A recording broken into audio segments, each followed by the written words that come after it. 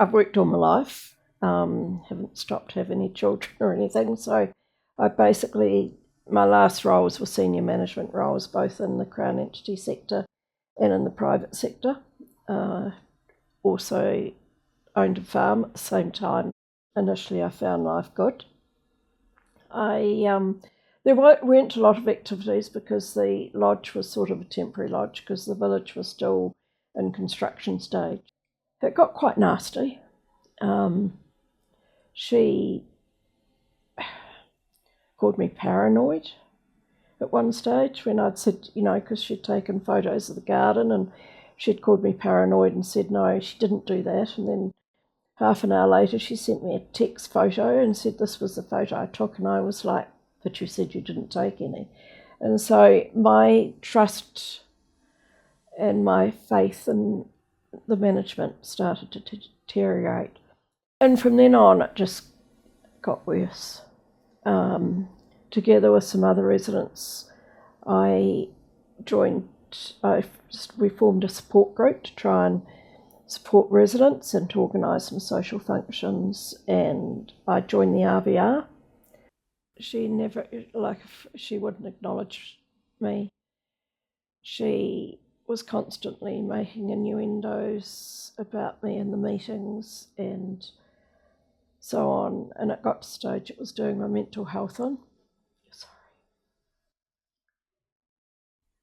I didn't think I'd do this. It's been so long ago.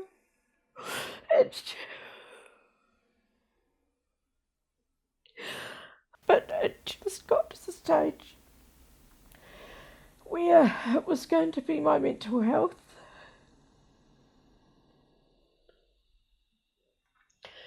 So I approached the director and I said to him, I need to move out of the village. It's doing me in. And I said,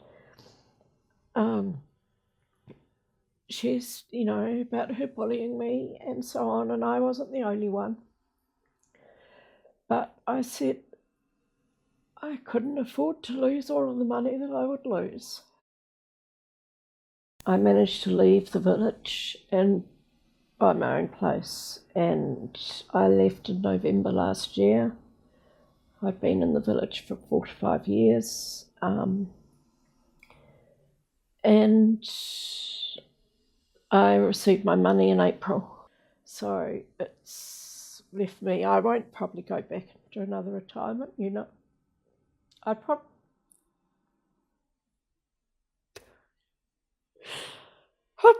sorry.